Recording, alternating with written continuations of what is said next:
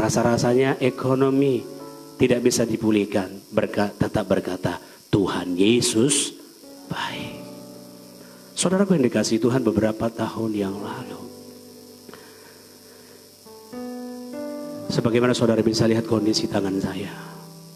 Saudara, di setiap dimana saya dipercayakan Tuhan untuk khotbah, saya saksikan. Karena buat saya merupakan kebanggaan tersendiri buat saya.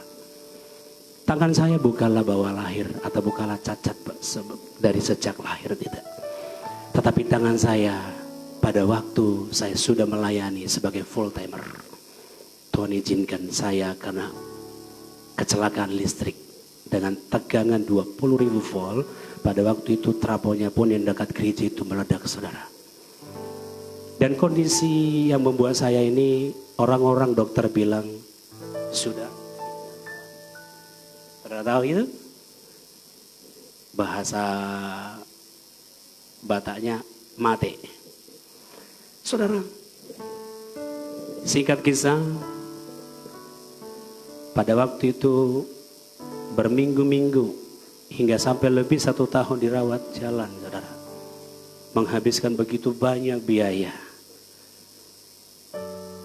Kalau mungkin sekarang itu ratusan juta. Tapi tahu saudara, tidak satu peser pun uang saya keluar. Dan apa yang terjadi, saudara? Sebulan 2 bulan ternyata seminggu 2 minggu tangan saya sudah terbakar hingga sampai ke dalam. Udah hangus dan dipotong, dibuang. Udah mati dagingnya. Saudara tentunya bergumul, segala sesuatu tidak bisa lagi melakukan apa-apa. Semua serba dibantu. Makan, minum, mandi, dimandikan seperti bayi kembali. 2 bulan, 3 bulan saudara mulai daging ini muncul. Kedagingan ini muncul. Tuhan, aku melayani Engkau sepenuh waktu dan sepenuh hati. Aku melayani di bait-Mu. Aku melayani umat-umat Engkau percayakan. Wah. Kenapa seperti ini? Pada waktu saya berdoa, ada satu firman yang menghidupkan saya kembali.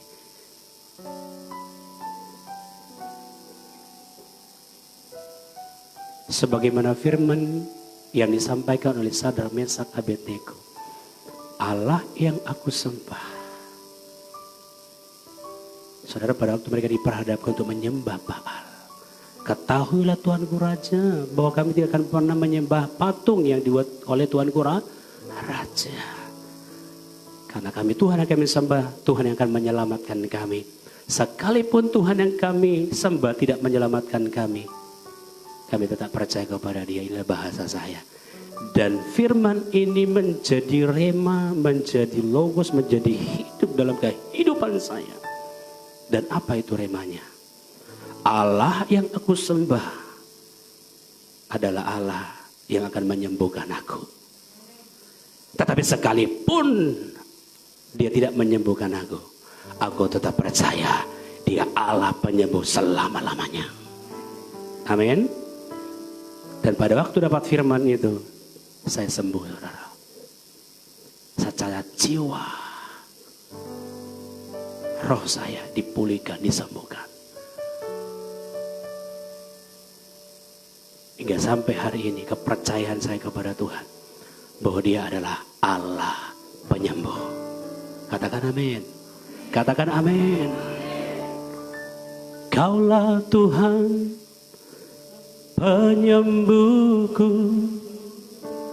Kaulah Tuhan penyembuh.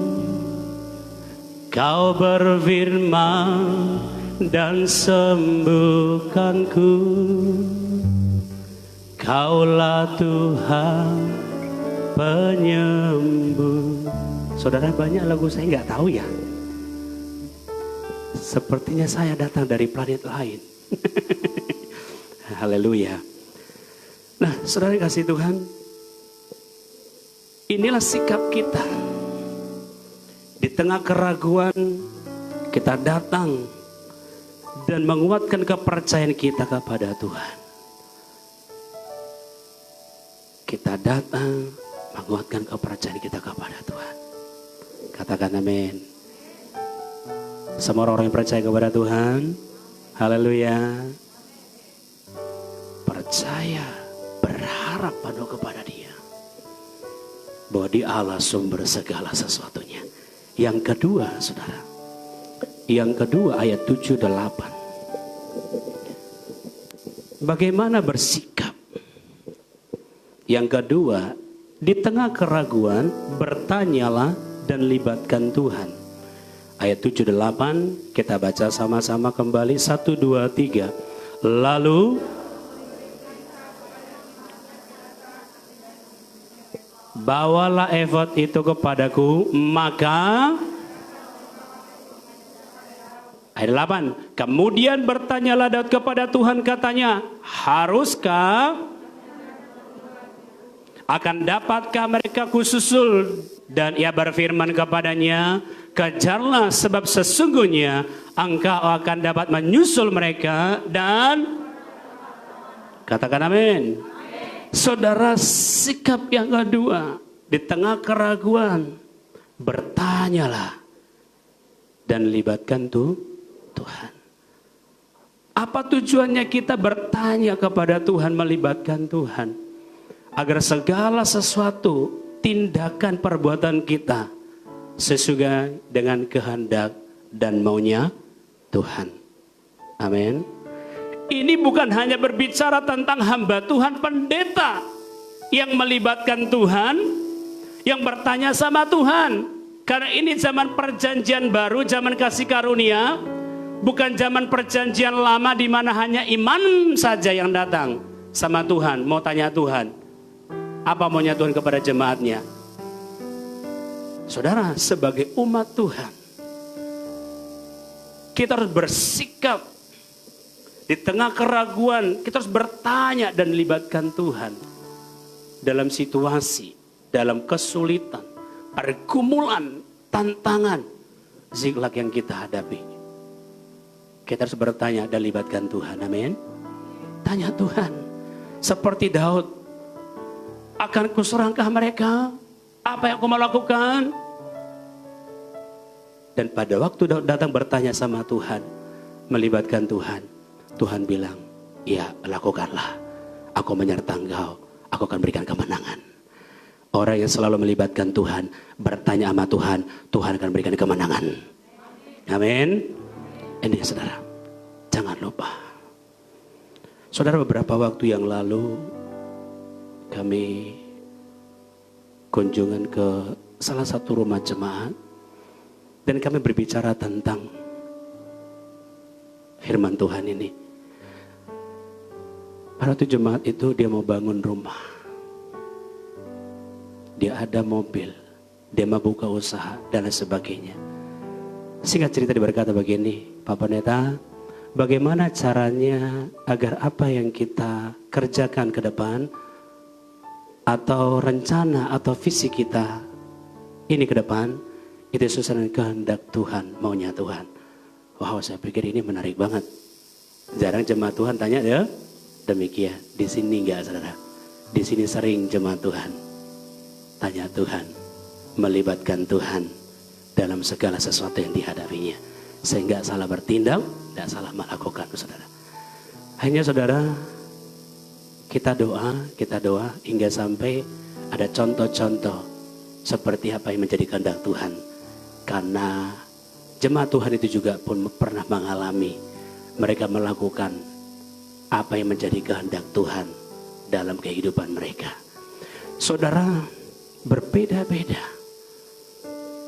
masalah, situasi yang kita alami, beda-beda cara Tuhan untuk menolong kita. Amin. Haleluya. Beda-beda. Walaupun mungkin sama masalahnya, tapi beda cara Tuhan menolong kita. Percaya bahwa Tuhan sanggup menolong kita. Boleh kita angkat tangan kita dua-dua, pejamkan mata kita. Tuhan selalu menolongku, selalu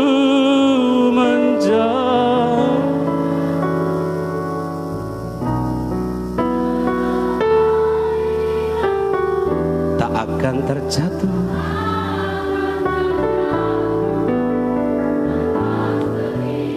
Mari serukan dengan iman saudara.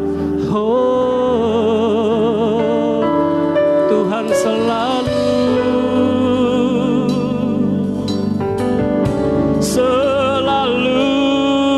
menjagaku.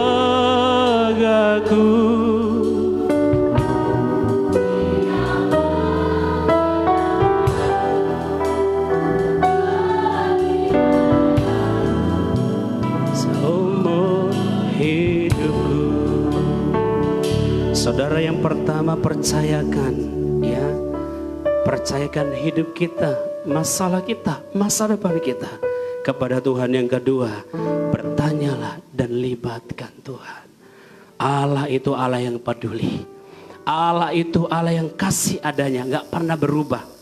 Saudara dan saya seringkali berubah, ya kan? Tapi Tuhan kita gak pernah berubah. Bagaimanapun saudara buat, Tuhan gak pernah berubah. Tuhan, dia adalah Tuhan yang setia. Sekalipun kita tidak setia, dia tetap setia kepada kita. Coba bayangin ya, kesetiaan Tuhan, kebaikan Tuhan, kasih Tuhan. Sehelai di rambutku tak akan terjatuh tanpa seizin. Saya cuma tanya, Alkitab juga berkata begini, rambut di kepalamu pun Tuhan yang gugur pun Tuhan tahu. Saya mau tanya, hari ini sudah berapa gugur rambut saudara? Udah berapa banyak? Enggak tahu. Tapi Alkitab bilang Tuhan tahu. Tuhan kita dahsyat, amin. Katakan Tuhanku dahsyat. Rambut dia perhitungkan. Dia perhitungkan rambut kita. Apalah rambut ini, ya kan saudara? Coba apalah rambut. Tapi rambut pun Tuhan urusin. Maka saudara urusin rambutnya. Jangan biarkan panjang, berewokan, dan sebagainya. Karena Tuhan pun perhitungkan. Tapi saudara, walaupun demikian, rambut itu penting. Kenapa? Coba gak ada rambut. Semua pada botak. Semua pada solin semua. Kayaknya beda. Mana istriku ya? Soalnya botak semua saudara. Suamiku mana? Oh, udah pada botak semua. Saudara, rambut bisa membedakan kita. Amin. Salah satu ciri-ciri saudara. Jadi bersyukur sama Tuhan. Rambut pun Tuhan perhitungkan. Apalagi segala sesuatu dalam hidup saya. Amin. Libatkan Tuhan. Tanya Tuhan.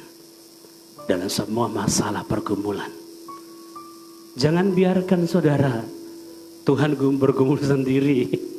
Saudara sering ya doa, Tuhan ku serahkan beban ini kepadamu. Ku serahkan masalahku kepadamu. Nah, enak aja bebannya dikasih sama Tuhan. Kita apa? Tapi saudara, setiap masalah pergumulan, undang Tuhan hadir di tengah-tengah masalah kita. Amin. Jangan disuruh Tuhan ambil masalahku. Kalau masalahnya diambil masih mending. Kalau yang berseru itu saudara, jangan berdoa ambil masalahku, ambil penderitaanku. Tapi Tuhan hadir di tengah-tengah masalahku. Saudaraku, kalau kita selalu melibatkan Tuhan, tanya Tuhan, maka sesulit apapun seperti mungkin Daniel. Di tengah-tengah gua singa, Tuhan hadir di sana menyatakan mujizat. Di tengah-tengah perapian yang menyala-nyala, Allah hadir di sana. Saudara, saya percaya hari-hari ini Tuhan hadir di tengah-tengah saudara. Atas keluarga saudara, pergumulan saudara, masalah saudara, sakit penyakit saudara, Tuhan hadir di sana memberikan pertolongan dan mujizat bagi kita. Amin. Nah saudara, yang kedua ini perlu ketahui. Daud melibatkan Tuhan, bertanya sama Tuhan, tetapi ada kata di sana saudara, ini penting. Sampai saya catat, sampai saya garis bawahi saudara. Dikatakan begini ayat 7b, bawalah efod itu kepadaku. Efod itu berbicara tentang pakaian, kebesaran pakaian. Ini biasanya dipakai oleh imam-imam kalau mau menghadap Tuhan. Efod itu berbicara apa? Kekudusan. Datang menghadap Tuhan, berhiaskan kekudusan. Tapi bukan hanya sampai di situ. Banyak orang Kristen ke gereja, kudusnya luar biasa. Haleluya. Senin Sabtu, haleluya. Seperti Kristen Toman, saudara. Tahu Kristen Toman? Hari ini tobat, besok kumat dia. Senin sampai Sabtu nak sik gitu. Hari Minggu tobatnya luar biasa, nangisnya luar biasa, saudara. Air matanya. Di sini nggak ada, saudara. Di sini orang-orang yang sungguh-sungguh mengasihi Tuhan, orang-orang yang sungguh-sungguh bertobat di hadapan Tuhan. Saudara datang bertanya sama Tuhan, menghadap Tuhan, berhiaskan kekudusan, pakai baju efod, saudara. Kenapa? Tuhan yang kudus, masa kita menghampiri dengan ketidakkudus? Gak bisa ketemu. Kita gak bisa ketemu sama Tuhan, sehingga kita gak bisa menerima apa yang menjadi kehendak Tuhan. Kita gak bisa dengar suara Tuhan. Pada waktu kita bangun diri kita dengan kekudusan, kita melibatkan Tuhan, kita selalu tanya Tuhan, maka Tuhan akan berbicara kepada kita apa yang akan kita lakukan. Saudara, yang kita lakukan, yang kita kerjakan sesuai dengan apa kata Tuhan, itu akan selalu berhasil dan beruntung. Dan tidak ada satu kuasa pun yang dapat menggagalkan, menghalanginya. Apapun. Karena apa? Yang kita lakukan adalah maunya Tuhan. Haleluya. Yang ketiga, yang terakhir, di tengah keraguan, Tuhan masih dan terus bekerja. Saudara, kita lihat ayatnya yang ke 11. Masih Samuel pasal 30 ayatnya yang ke 11. Saya akan baca untuk kita. Kemudian mereka menemui seorang Mesir di padang, lalu membawanya kepada Daud. Mereka memberi dia roti, lalu makalah ia, kemudian mereka memberi dia minum air. Sampai di situ aja dulu ya, karena sampai ayat 26. Saudara, ada seorang muda, saudara nanti bisa ya baca di situ. Ada seorang muda, seorang Mesir, itu ditinggalkan pimpinannya, ditinggalkan rajanya. Sesungguhnya seorang muda ini siapa? Dia cerita begini, kami itu tadi pergi membakar kota Ziklag. Berarti apa? Musuhnya Daud. Musuhnya orang-orang Daud. Tetapi apa yang mereka lakukan? Mereka berbuat karena mereka lihat kelelahan, mereka kasih minum, mereka kasih makan. Berbuat baik kepada musuhnya. Berbuat baik kepada musuh. Bisa juga cara Tuhan menolong kita, saudara. Berbuat baik kepada musuh. Sehingga setelah kenyang, Daud berkata begini, dari mana mereka datang? Kemana mereka pergi? Sehingga dari seorang muda inilah mereka dapat petunjuk dari Tuhan, hingga bisa menyerang kembali orang Amalek, mengambil kembali harta mereka, istri, anak-anak mereka. Saudara perhatikan ini. Maka sampai Tuhan ajarkan kita apa? Kasihilah musuhmu, berkatilah orang yang mengutuki kamu, berkatilah dan jangan mengutukinya. Saudara bisa? Kalau kita mengasihi orang yang mengasihi kita, apakah jasa kita? Orang dunia pun bisa melakukannya. Tetapi saudara dan saya adalah orang-orang yang hebat, karena kita bisa mengasihi musuh kita. Amin. Di sini nggak ada punya musuh. Amin. Amin. Kalau ada yang punya musuh, pulang dari sini berdamai sama musuhnya. Amin. Orang Kristen nggak boleh punya musuh loh, saudara. Oh, Pak Pendeta, banyak kali musuhku. Nyamuk. Malam gak bisa saya tidur, ku hajar dia sampai berdarah-darah. Oke, silakan lanjutkan, saudara. Tapi masalah ada orang lain, saudara. Kita harus berdamai dengan semua orang. Saudara perhatikan Daud ini, saudara. Tiga hal bagaimana sikap kita menghadapi masa-masa sulit yang kita alami, bagaimana sikap kita? Kita harus terus tahu, kita harus sadar bahwa Tuhan masih dan terus bekerja sampai hari ini. Buat saudara dan saya, Tuhan terus bekerja, Tuhan terus bekerja, Tuhan terus campur tangan atas setiap kita. Tuhan gak pernah biarkan kita berjalan sendirian. Kok saudara pun merasa hari-hari ini berat sekali? Saudara mungkin sampai memanggil Eli, Eli lama. Saudara pernah panggil begitu, saudara? Pernah? Karena saking beratnya pergumulan. Allahku, Allahku, mengapa kau meninggalkan aku? Pernah, saudara? Sampai pedih hatinya. Sampai bercucuran keringat, saudara. Darah belum, saudara. Tuhan Yesus yang mencucurkan darah di taman Getsemani. Dia merasa Allahnya meninggalkan dia. Saudara, begitu sakitnya hidup kalau ditinggalkan Tuhan. Lebih sakit dari apapun.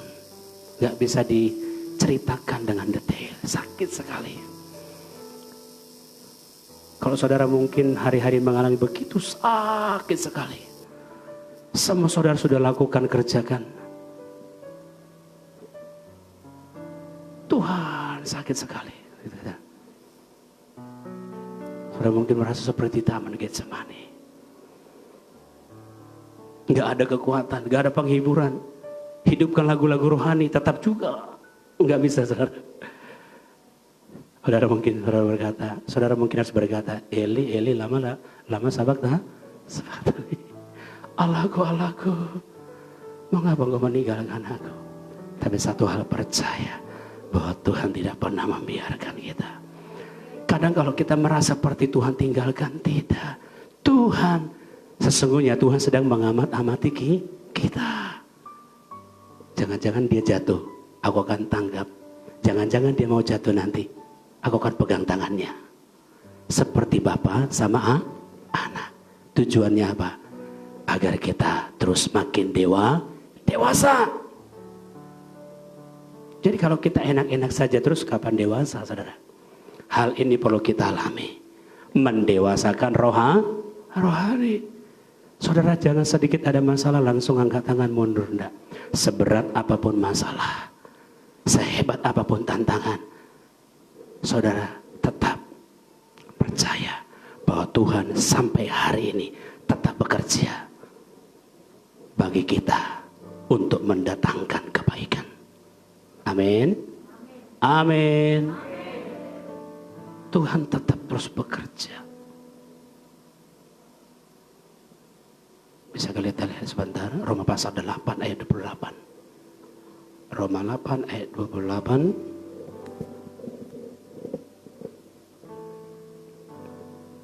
Mari kita baca bersama-sama dengan suara yang keras. 1, 2, 3. Kita tahu sekarang bahwa Allah turut bekerja dalam segala sesuatu untuk mendatangkan bagi mereka yang mengasihi Dia, yaitu bagi mereka yang terpanggil sesuai dengan rencana Allah. Dikatakan bahwa Allah turut bekerja dalam segala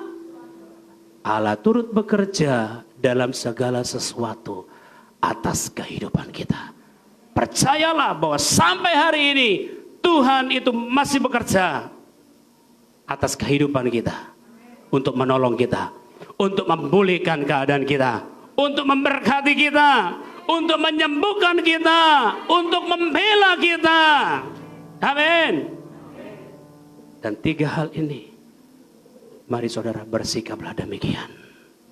Bersikap demikian.